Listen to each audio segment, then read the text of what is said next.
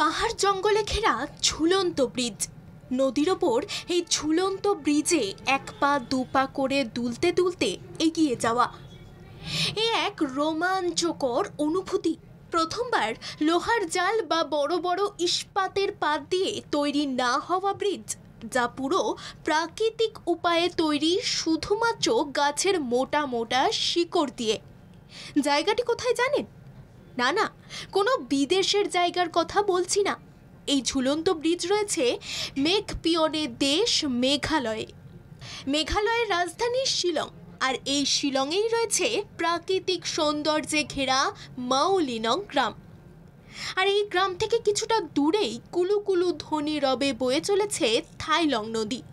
এই নদীর উপরেই রয়েছে রবার গাছের শিকড় দিয়ে বাঁধা এই ঝুলন্ত ব্রিজ, যার নাম জিংমাহাম লিভিং রুট ব্রিজ। এই ব্রিজ কেবল রাবার গাছের শিকড় দিয়ে তৈরি হয়নি, এর সঙ্গে আছে সুপুরি গাছ ও আরও রকমারি গাছ।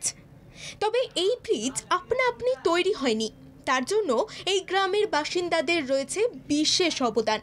প্রাচীনকালে মাঝে মধ্যেই ঝড় বৃষ্টির কারণে থাইলং নদীতে প্রায়শই বন্যা দেখা দিত, যে কারণে গ্রামবাসীরা মিলে এই ঝুলন্ত ব্রিজ তৈরি করার অভিনব উদ্যোগ অবলম্বন করেন।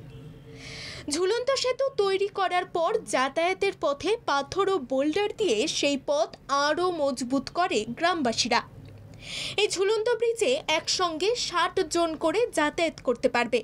তাই যারাই মেঘালয় ঘুরতে যান তারা হাতে সময় নিয়ে নানান আশ্চর্য জলপ্রপাতের সঙ্গে ঘুরে নিতে পারেন এই ঝুলন্ত ব্রিজে গিয়ে।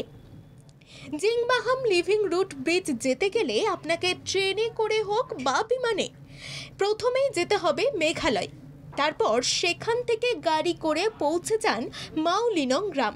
আর এই গ্রাম থেকে ট্রেক করে পৌঁছে যেতে পারবেন এই ঝুলন্ত ব্রিজে। থাকার জন্য মাওলিনং গ্রামে রয়েছে অনেক হোটেল এবং হোমস্টের ব্যবস্থা, তাই থাকার ক্ষেত্রে সেখানে কোনো অসুবিধা হওয়ার কথা নয়।